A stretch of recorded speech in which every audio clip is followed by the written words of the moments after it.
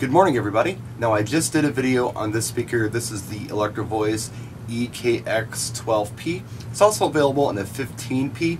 I've got the 12P. I prefer the 12 because I think it's got tighter mid bass, which is that punchy stuff in dance music, than a 15 has. If I want deeper bass, I go with a sub, and we'll look at that in the next video.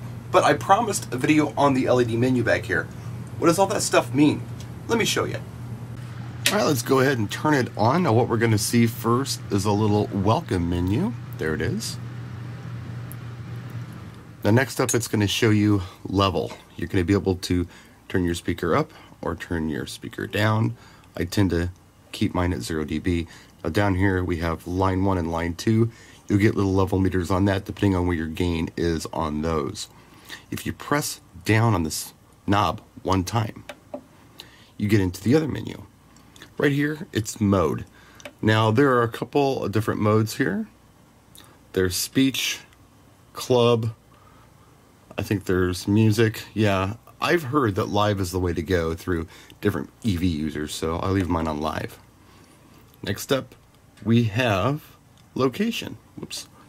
Right now I got it on tripod, but you can switch it to monitor if it's on the floor, wall if you've got it up against the wall, suspended if you're flying it. So you do have some options there. I'm going to leave it on tripod. Let's go down one more. Now this is your sub. If you're running it with a sub, you can either choose the EV sub that you're using. I have a 15 SP, which is on here, so I can select 15 SP. If you have something different, kind of flip around and look.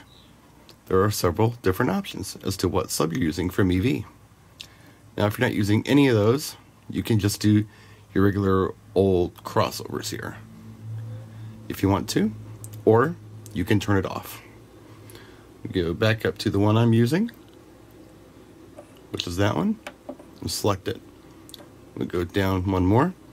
We've got treble, mid, and bass. Now you might notice that I've done a little adjustment on my mid. That's just my style. I like to cut the mid a little bit. I've got it minus 2 dB on the mid. But you do it however you want. Typically you leave it flat. You make those adjustments on your mixing board. LED, you can either have that on, you can use it as a limiter, or you can turn it off. The LED is located on the front of the speaker, so you have those options as to what you want to do. Next up, we have LED dim, which is this menu. It goes off when we want it to go off.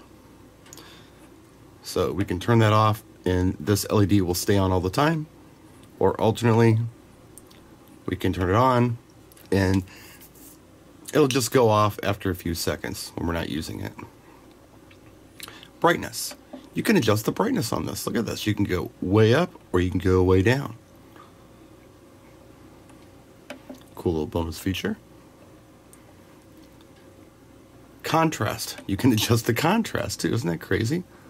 Look at that. You can adjust the color contrast of the menu if you'd like. Leave mine on 5. That's default, I believe.